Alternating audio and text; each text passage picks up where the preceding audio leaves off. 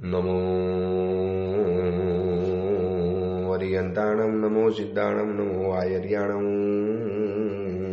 નમો વજ્જાયાણમ, નમો લોહે સૌપસાવણમ. એસો પંચ નમુકારો સૌ પાવપણાસણો મંગલાન ચ સૌદેશી બળમમ વૈ મંગલમ. મંગલમ ભગવાન વીરો, મંગલમ ગૌતમ પ્રભુ, મંગલમ સ્થૂલભદ્રાદ્યા જૈન ધર્મો સ્તુ મંગલમ. આજનું પ્રવચન શરૂ કરું એની પહેલા એક બે સમાચાર આપી દઉં. પહેલા નંબરની અંદરમાં શંખેશ્વરથી વિહાર કરતા ગિરનાર તીર્થ તરફની જે વિહાર યાત્રા ચાલુ હતી એ વિહાર યાત્રા આજે સવારે અમે લોકો જુનાગઢ ગામની અંદરમાં આવી ગયા. જુનાગઢ ગામની અંદરમાં આવ્યા છીએ અને આજે સાંજે પહોંચીશું ગિરનાર તળેટીની અંદરમાં. કાંતાબા ધર્મશાળાની અંદરમાં રોકાણ છે અને પરમ દિવસે બરોબર વહેલી સવારે 36 વર્ષ પછી ગિરનાર તીર્થની યાત્રા થશે. સર્વપ્રથમ યાત્રા. દિલની અંદરમાં ખૂબ ઉમંગ છે, ખૂબ ઉલ્લાસ છે, ખૂબ રોમાંચ છે, ખૂબ થનગનાટ છે કે વર્ષો પછી ગિરનાર તીર્થના નેમિનાર પરમાત્માના દર્શન થશે. બહુ બધું વાંચ્યું છે, બહુ બધું સાંભળ્યું છે ગિરનાર તીર્થનો ઇતિહાસ, અને મનની અંદરમાં ભાવના એવી છે કે જેવી રીતે શંખેશ્વરનો ઇતિહાસ બતાવ્યો 5 પાર્ટની અંદરમાં, એવી રીતે ગિરનાર તીર્થનો પણ આખો ઇતિહાસ, ભવ્ય રોમાંચક ઇતિહાસ છે. 3 ભાગની અંદરમાં વહેંચાયેલો ઇતિહાસ છે. એક તો પ્રતિમાનો ઇતિહાસ, બીજા નંબરની અંદરમાં ગિરનાર તીર્થનું અત્યારે જે જિનાલય છે એનો ઇતિહાસ, અને ત્રીજા નંબરની અંદરમાં આ પ્રતિમા કેવી રીતે પ્રાપ્ત થઈ એનો પણ ઇતિહાસ. પ્રતિમા નિર્માણનો ઇતિહાસ, પ્રાપ્તિનો ઇતિહાસ અને ગિરનાર તીર્થના વર્તમાન જિનાલયોનો ઇતિહાસ, અને એની સાથે જોડાયેલી આજુબાજુની વિશિષ્ટ ઘટનાઓ. આ ગિરનાર તીર્થને જે પગથિયા જે બન્યા એ પણ કેવી રીતે બન્યા એની પાછળનો પણ ભવ્ય રોમાંચક ઇતિહાસ છે. એ બધાની પણ વાતો કરવી છે અને ગિરનાર તીર્થની યાત્રાઓ પણ કરવી છે. શક્ય હશે ત્યાં સુધી રોજ પ્રવચન કરીશ જ, લગભગ કરીશ, પરંતુ તીર્થની યાત્રા કરવી છે. ભાવના એવી છે કે ઉપર પણ રોકાણ કરવું છે. હવે ઉપર રોકાઈએ ત્યાં પ્રવચન કરવાની જગ્યા મળે ન મળે એ ખબર નથી. પ્રવચન કર્યા પછી કદાચ સેવકભાઈને પ્રવચન મોકલવા માટેનું નેટવર્ક ઉપર હોય કે ન હોય એ પણ ખબર નથી. જે હશે તે બધા સમાચાર તમને આપી દેવાની અંદરમાં આવશે. અને ગિરનાર તીર્થનો ઇતિહાસ તો બતાવવાનો છે શત્રુંજય તીર્થની જેમ રોમાંચક અને ભવ્ય ઇતિહાસ છે. 3-4 પાર્ટની અંદરમાં પણ એનો ભવ્ય ઇતિહાસ આવશે. અને બીજા નંબરની મહત્વની વાત, જે અંતરિક્ષજી તીર્થની અંદરમાં જે વિહારધામનો જે લાભ લેવાની અંદરમાં આવેલો હતો, એ વિહારધામનું 16 તારીખે શિલાન્યાસ વિધિ સંપન્ન થઈ ગઈ. એના ફોટા આજના પ્રવચનની અંદરમાં સાથે મોકલવાની અંદરમાં આવ્યા છે. જે લાભાર્થીઓએ લાભ લીધો છે એ લોકોની ખૂબ અનુમોદના, ખૂબ દિલથી અનુમોદના કે તમારા આ સહકારથી ગિરનાર તીર્થની અંદરમાં 2 વિહારધામ બનશે. અને આ 2 વિહારધામના કારણે એટલા બધા વિહારો સુગમ બનવાના, એટલા બધા વિહારો સરળ અને સહેલા બની જવાના. આખી એક વિહારધામની ચેનલ શરૂ થવાની છે. એમાં આપણા તરફથી 2 વિહારધામ આપવાની અંદરમાં આવ્યા. અંતરિક્ષજી તીર્થને અંતરિક્ષજી દાદાના ચરણોની અંદરમાં ભેટ આપવાની અંદરમાં આવ્યા.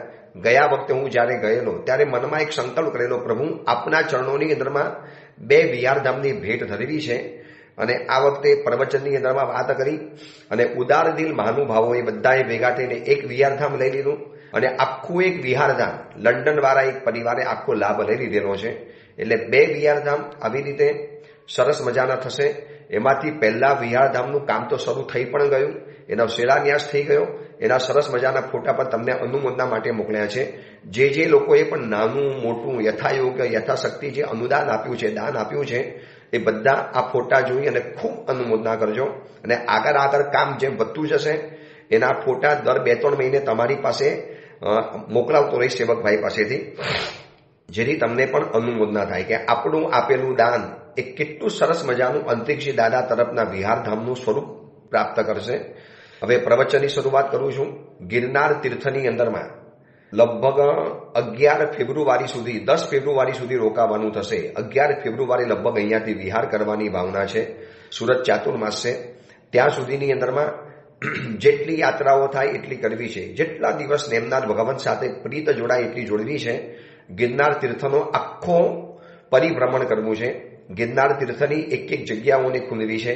રહસ્યમય ગેબી ગિરનાર છે. આ તાંત્રિક માંત્રિક દુનિયાઓથી ભરપૂર છે આ ગિરનાર. નેમનાર પરમાત્મા તો છે જ, એ સિવાયની પણ અદ્ભુત કથાઓ છે ગિરનાર તીર્થની. પ્રવચન દ્વારા વારંવાર કહેવાની અંદરમાં આવશે, જે ઘટનાઓ આવશે એ પ્રમાણે. હવે આપણે પ્રવચન શરૂ કરીએ છીએ. માર્ગ ભૂલેલા જીવન પથિકોની પ્રતિબોધ કથા. આજથી 1245 વર્ષ પૂર્વે બનેલો 4 પ્રસ્તાવ અને 17,000 શ્લોકોની અંદરમાં ફેલાયેલો આ કુવલય માના નામનો ગ્રંથ. ક્રોધ, માન, માયા, લોભ અને મોહ, આ 5 દોષોની જે પીડા, 5 દોષોની જે પરેશાની, પ્રત્યેક વ્યક્તિ આ 5 દોષોથી પીડિત છે. સવાર, બપોર, સાંજે, ગમે તારે, અડધી રાતે, અડધા દિવસે, કોઈ પણ શુભ પ્રસંગની અંદરમાં એકાદ મોકો જોઈને આ 5 દોષો એવો મમરો મૂકીને કે આખું વાતાવરણ બદલાઈ જાય. અને છતાં પણ માણસને એમ લાગે કે બસ મેં સામેવાળાને સંભળાવી દીધું, સામેવાળાને કહી દીધું. એને ખબર નથી કે આ 5 દોષોએ પોતાનું ધાર્યું તમારા દ્વારા કરી દીધું છે. એટલે કે આપણા ખભા ઉપર બંદૂક ફોડવાનું કામ કરે છે આ 5 દોષો. છતાં પણ કદાચ આપણે એની સાચા સ્વરૂપને જાણી નથી શકતા. એ આપણી કમનસીબી છે. અને આ ગ્રંથ આપણને ઊંઘમાંથી ઉઠાડવાનું કામ કરે છે, આપણને ઢંઢોરવાનું કામ કરે છે, આપણને જગાડવાનું કામ કરે છે અને કહે છે કે જાગો અને આમાંથી કંઈક શીખવા જેવું છે, શીખી લો. તો કથા દ્વારા આખો આ ગ્રંથ આગળ વધે છે. અને કથામાં જાણતા ત્યાં સુધી આપણે પહોંચેલા હતા કે કુવલય માલા સાથે કુવલય ચંદ્ર કુંવરના લગ્નની શરૂઆત થઈ ચૂકી છે. લગ્નના મંગલ મંડાન થઈ ચૂકેલા છે. ગઈકાલે આપણે એ જોયું કે લગ્નની અંદરમાં શું તૈયારીઓ થતી હોય છે. જૂના સમયની તૈયારીઓ શું હતી અને વર્તમાન સમયની તૈયારીઓ શું હોય છે. હવે કુવલય માલા ગ્રંથની અંદરમાં પૂજ્યપાદ ઉદ્યોતન સુરીશ્વરજી મહારાજાએ જે લગ્નની જે થોડી ઘણી વિધિ બતાવી છે એ પણ જાણવા જેવી છે કે વર્તમાન સમયની અંદરમાં લગ્નની વિધિ કેવી હોય છે અને જૂના સમયમાં વિધિ કેવી હતી. અને એક જાણવા માટે બતાવી દઉં કે આપણા અત્યારના સમયમાં જૈન લગ્ન વિધિ પણ મોજૂદ છે, પ્યોર જૈન વિધિ. એનાથી આજે ઘણા કપલો લગ્ન કરતા હોય છે. તો કુવલય માલાની સાથે કુવલય ચંદ્ર કુંવરના લગ્ન પહોંચે છે. હવે એ લગ્નનો જે દિવસ આવી ગયો અને એ દિવસ આવી પહોંચ્યો, એ દિવસ કેવો હતો? અમૃતના રસાસ્વાદથી બુદ્ધિ પામેલો, જાણે કે સુવર્ણનો બનેલો હોય એવો, જાણે કે સૌભાગ્યથી નિર્મિત થયો હોય એવો દિવસ આવી ગયો.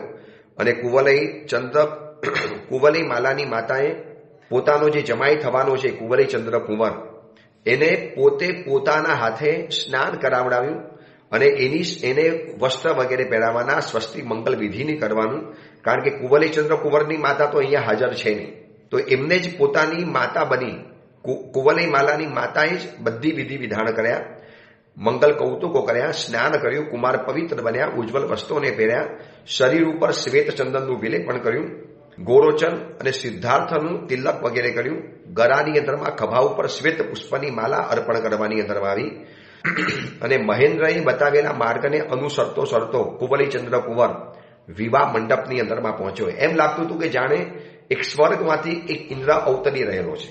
એવી બલિષ્ઠ કાયા, સ્વરૂપવાન શરીર, દેદીપ્યમાન કાંતિ, પરાક્રમ અને સાહસથી શોભી રહેલું મુખ, એની પાણીદાર આંખો, સરસ મજાના ઝુલ્ફાદાર વાળ અને એની ચાલની અંદરમાં પણ એક ટટ્ટાર હતું, ચાલમાં પણ એક ગૌરવ હતું. અને એવા ગૌરવ સાથે કુવલય ચંદ્ર કુંવર જ્યારે આવી રહેલો છે અને બરોબર લગ્નનો યોગ થયો અને આ બાજુ કુવલય માલા પણ બરોબર તૈયાર થઈ, શુભ્ર વસ્ત્રોને પહેરી અને જાણે કે સ્વર્ગમાંથી એક તિલોત્તમા અપ્સરા નીચે ઉતરી રહેલી હોય એટલું અદ્ભુત રૂપ અને સૌંદર્ય. એમ લાગતું હતું કે જાણે કે સાહસ અને સૌંદર્યનું આજે શુભક મિલન છે. કુંવરનો આખો દેદાર સાહસથી ભરેલો દેખાતો હતો અને કુવલય માલા સંપૂર્ણ સૌંદર્યને ભરેલી હોય એવી દેખાતી હતી. એકદમ નીચી નજર કરીને દુનિયાભરની લજ્જા જાણે કે ચહેરા ઉપર આવી ગઈ છે. એવી રીતે ધીરે ધીરે લગ્નની ચોરીની અંદરમાં પ્રવેશ કર્યો અને બરાબર સમય આવ્યો, લગ્ન યોગ આવ્યો એટલે અગ્નિહોમ કરવાની અંદરમાં આવ્યું. શાળાની અંદરમાં, લગ્ન શાળામાં અગ્નિ લાવવાની અંદરમાં આવ્યો. એમાં ક્ષીર વૃક્ષના ઈંધણ અને ઘીથી અગ્નિ પકટાવવાની અંદરમાં આવ્યો. કુલના સર્વ વડીલો,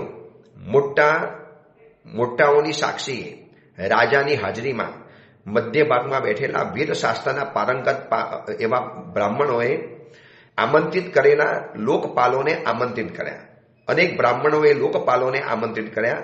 આ લોકપાલોને આમંત્રિત કરવાની વિધિ અહીંયા જાણવા જેવી છે.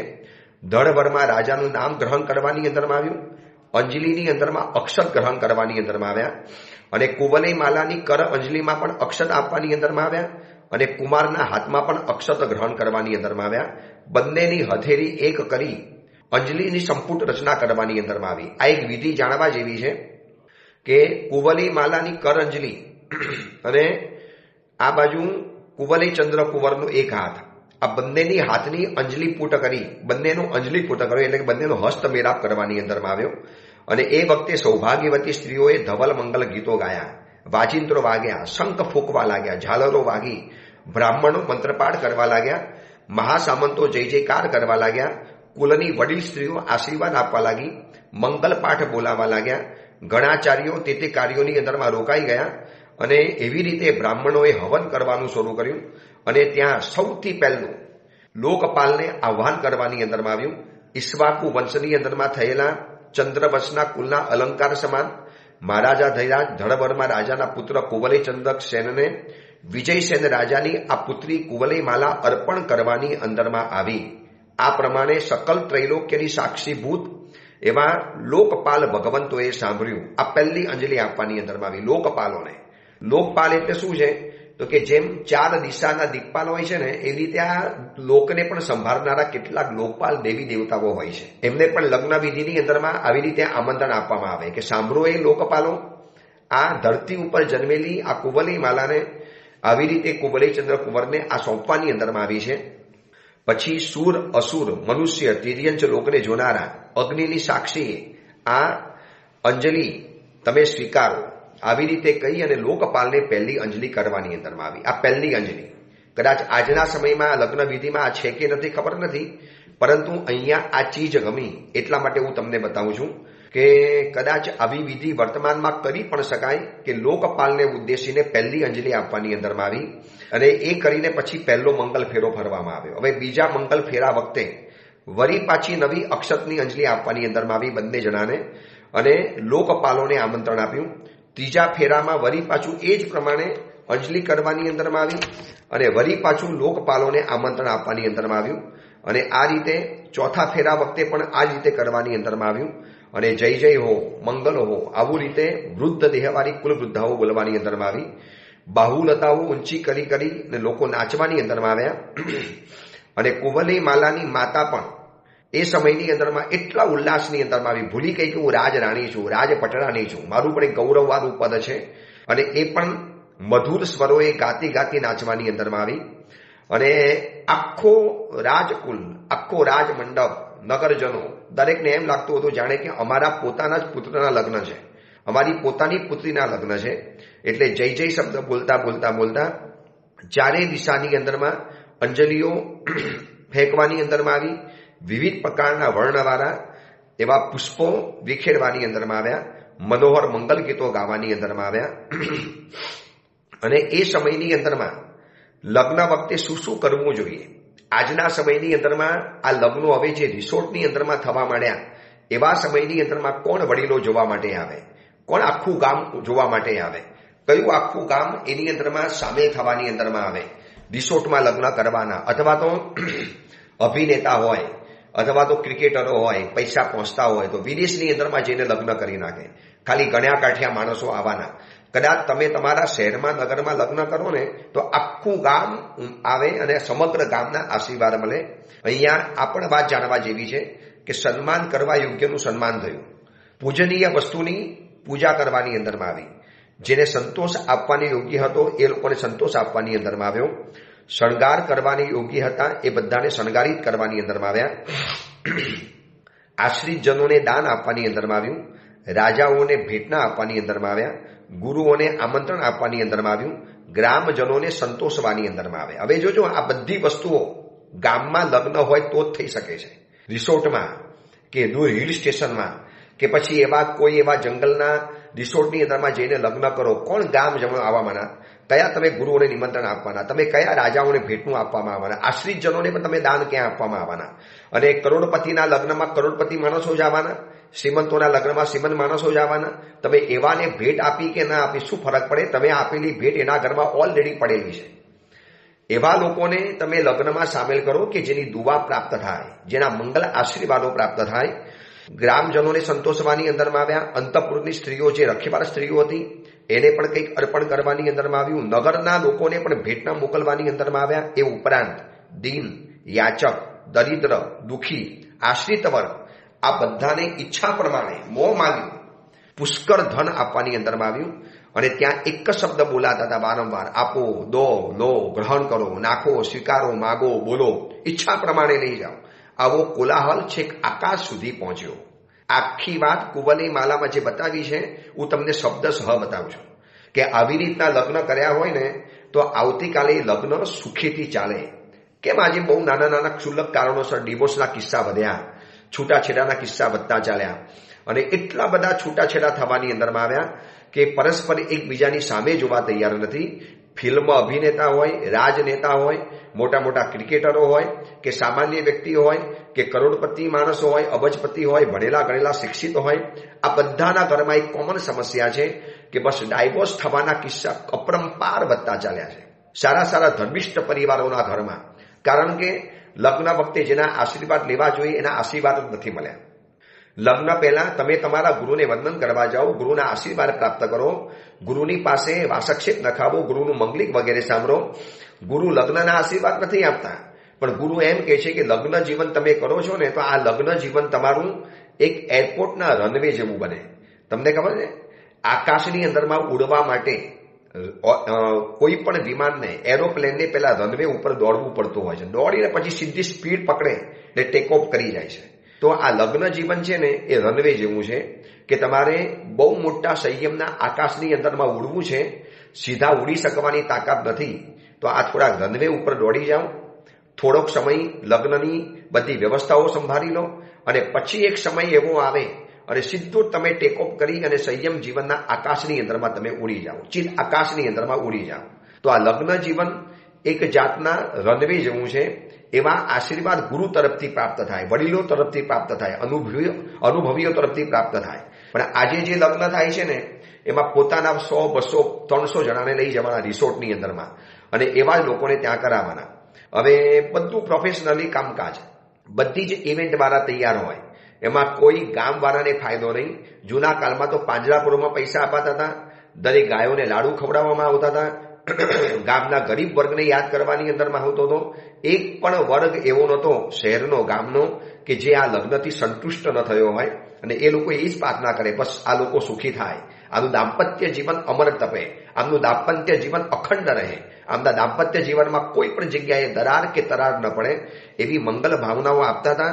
એટલા માટે તો આ લગ્ન જીવન સરસ મજાનું ચાલતું હતું. લગ્ન થઈ ગયા. જે વર્ષોની ઈચ્છા હતી કુંવરની માલાની, એવો જ પ્રતિ જ્યારે પ્રાપ્ત થઈ ગયો લગ્ન જીવનની અંદરમાં. અને લગ્ન કર્યા પછી માતા પિતાના આશીર્વાદ, જે બધું કરવાનું તે થઈ ગયું છે. આવી રીતે કરવા યોગ્ય બધા જ કાર્યો કરી અને એક દિવસ હિમગીરી જેવા મોટા પ્રસાદના શિખર ઉપર આરૂઢ થયા નવા દંપતી કુંવલી માલા અને કુંવલી ચંદ્ર. અને અગાસીની અંદરમાં જઈ અને વિજયાનગરીના દક્ષિણ કિનારા ઉપર આવેલો જે ઉછળતો મહાસમુદ્ર હતો, એ મહાસમુદ્રને જોતા જોતા ત્યાં આગળ ઊભા રહેલા હતા. અને અગાસીની અંદરમાં બેસી અને બંને જણા ભણેલા છે, બંને જણા કલાઓના જાણકાર છે, બંને જણા કલાઓની અંદરમાં કુશળ છે.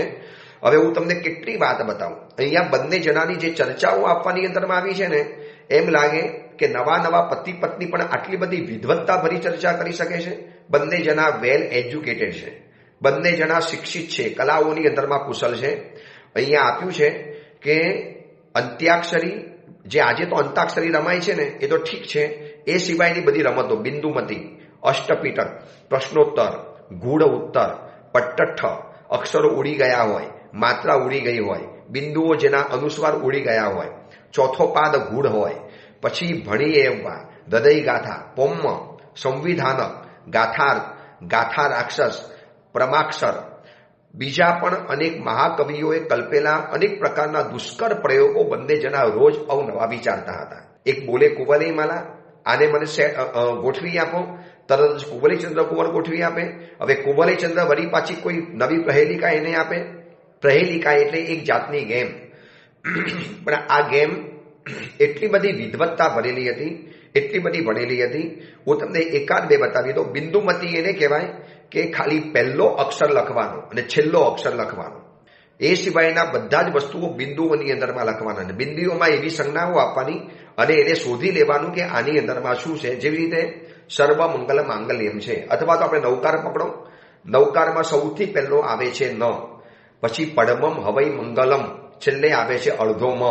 તો પહેલા ન લખવાનો, સૌથી છેલ્લે મ લખવાનો અને બાકીના બધા અક્ષરો બિંદુની અંદરમાં લખવાના, જેને બિંદુમતી કહેવાય. અને ઉપર નાનું મીંડું હોય, ઉપર એક લાઈન, નાનું મીંડું ઉપર એક લાઈન, પછી નીચે વચ્ચે વચ્ચે નાના નાના રસ્વાક્ષરો લખી નાખે. હવે એને જાતે શોધી લેવાનું કે આની અંદર મારે કયા શબ્દો ગોઠવવાના છે, કયા શબ્દ આવી શકે. આ બધી જ કલાઓ હતી. આજે કોઈ સ્કૂલમાં, કોઈ કોલેજમાં કે કોઈ પદ્ધતિની અંદરમાં આ વસ્તુ ભણાવવામાં નથી આવતી. અને આ બંને જણાએ આવા કેટલાય પ્રયોગો રોજ અલગ અલગ કરતા હતા. અગાસી ઉપર જાય, દરિયા કિનારે જાય, ઉદ્યાનની અંદરમાં જાય.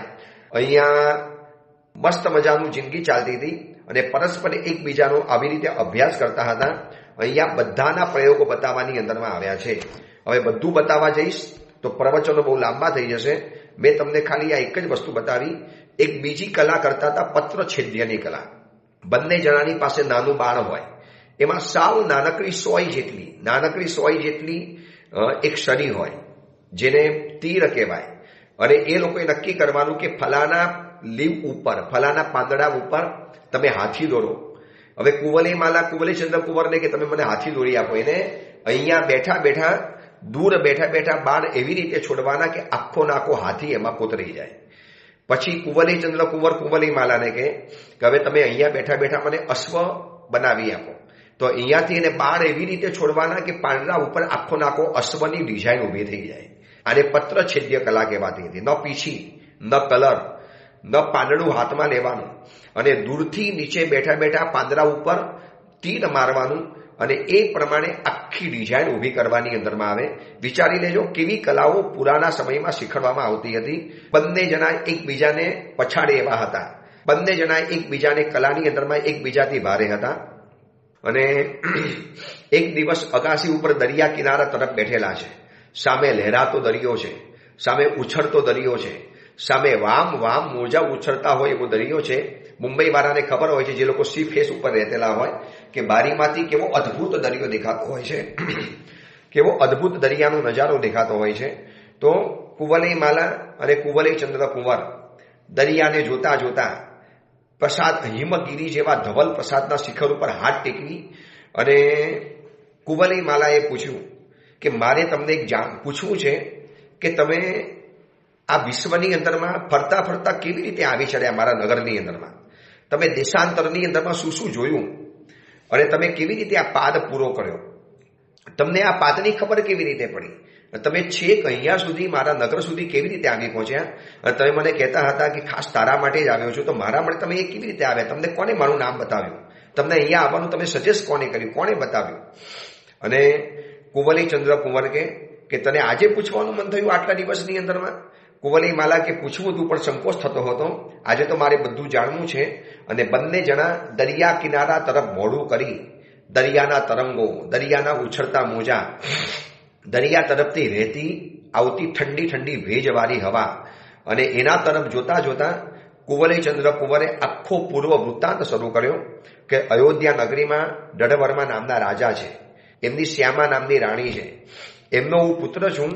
અને એક દિવસ અશ્વકેલી કરવા માટે નીકળેલા હતા અને દેવતાઈ ઘોડાએ અમારું અપહરણ કર્યું અને મારું અપહરણ કરીને મને વનની અંદરમાં લઈ આવ્યો. એવા ગાઢ વનની અંદરમાં લઈ આવ્યો અને ત્યાં મને એક મહાઋષિના દર્શન થયા, મહામુનિવરના દર્શન થયા. એવા ઉત્તમ મુનિવર જેમની બાજુની અંદરમાં સિંહ બેઠેલો હતો અને એક તરફ દિવ્ય પુરુષ બેઠેલા હતા. હું તો જોઈને છપ્પ થઈ ગયો કે સિંહ અને દિવ્ય પુરુષ, અને આ મહાત્માને ડર પણ નથી અને સિંહ કેટલો શાંતિથી મહાત્માની બાજુની અંદરમાં બેઠેલો છે. અમે અત્યારે આ ગિરનારની અંદરમાં આવ્યા છીએ હવે હું આ કથાને યાદ કરું છું કે માનો હું પણ જંગલની અંદરમાં જઉં કદાચ અને સિંહ જોવામાં આવ્યો તો સિંહની બાજુમાં શું બેસી શકીએ? એ પૂર્વના કાળના મુનિઓ વરો હતા કે સિંહને પણ વશ કરી શકતા હતા. આપણે તો આપણા ઘરમાં રહેનારી વ્યક્તિઓને પણ વશ નથી કરી શકતા. આપણે તો આપણા ઘરની અંદરમાં રહેનારા આપણા પોતાના સ્વજનોને પણ સાથે નથી રાખી શકતા. તો આ જંગલના પ્રાણીઓ ઉપર આપણે પ્રેમ કેવી રીતે વરસાવી શકવાના હતા? અને સિંહ બાજુની અંદરમાં દિવ્ય પુરુષ અને એ જોયા પછી એ મુનિ ભગવંતે આખો 5 પુરુષનો પૂર્વ વૃત્તાંત કહ્યો. એ આ પ્રમાણે કે ચંડસો કોપ કરવાથી વૈરાગ્ય ઉત્પન્ન થયો અને કૌશાંબી નગરીમાં ધર્મનંદન ગુરુ પાસે શાંત બન્યો અને માનભટ્ટ પણ માયાદિત્ય, લોભદેવ અને મોહદત્ત આ 5 જણા ધર્મનંદન સુરીશ્વરજીની પાસે ગયા, દીક્ષા લીધી. બહુ ટૂંકની અંદરમાં પરંતુ ઝપાટા બંધ કુંવરે ચંદ્રકુંવર આખી કથા કહે છે. આપણે આ બધી જાણી છે એટલે વિસ્તાર નથી કરતો. અને એ 5 જણાએ ધર્મનંદન સુરી પાસે દીક્ષા લીધી, તપ કર્યું અને 5 જણા પદ્મ વિમાનમાં સૌધર્મ વિમાનના પદ્મ વિમાનની અંદરમાં ઉત્પન્ન થયા અને 5 જણાના નામ પણ પદ્મથી શરૂ થતા હતા. અને એ 5 દેવતાઓ ધર્મનંદન ભગવંતની પહેલી દેશનાની અંદરમાં ગયા અને ધર્મનાથ ભગવાનની પહેલી દેશના પરિપૂર્ણ કરી અને પૂછ્યું કે અમે મોક્ષમાં જઈશું કે નહીં જવું? તારે કીધું મેં 5 જણા સાથે મોક્ષમાં જવાના છો અને 5 જણા એકબીજાને પ્રતિબોધ કરવાના છો અને સમ્યક્ત્વ અંગીકાર કર્યું ભગવંત પાસે. અને જંબુદ્વીપની અંદરમાં આવ્યા. એમાં જે લોભદેવ જે હતો ને એ અહીં ચંપાપુરીની અંદરમાં વૈદ તરીકે જન્મ્યા છે. વહાણની અંદરમાં સમુદ્રની મુસાફરી કરતા કરતા પદ્મકેશર દેવતાએ એમને પ્રતિબોધ કર્યા અને દીક્ષા લીધી અને એ સાગરદત્ત મુનિવર અવધિ જ્ઞાની બન્યા. અને એ સાગરદત્ત મુનિવરે જ મને કીધું કે ચંડસોમ સિંહ થયો છે એ જે આ બાજુમાં બેઠેલો છે એ માનભટ્ટ એ અયોધ્યાની અંદરમાં જન્મેલો છે, જે હું પોતે. અને જે મોહદત્તનો જે જીવ હતો એટલે કે પદ્મકેશર દેવ જેને મારું અપહરણ કરેલું હતું એ દેવાત્મા અને મુનિની પાસે મને લઈ ગયા અને એ ભગવંતે આખો વૃત્તાંત મને આ બતાવ્યો. આપણે આખી કથા જાણેલી છે એટલે વિસ્તારથી નથી કહેતો કે સાગરદત્ત મુનિવરની પાસે બેઠેલો સિંહ, બાજુમાં બેઠેલો જે દેવતા એ દેવ અને સાગરદત્ત મુનિવર એ 3 થઈ ગયા મિત્રો. 4થા નંબરનો જે ખૂટતો હતો એ કુંવરે ચંદ્રકુમાર પહોંચી ગયો.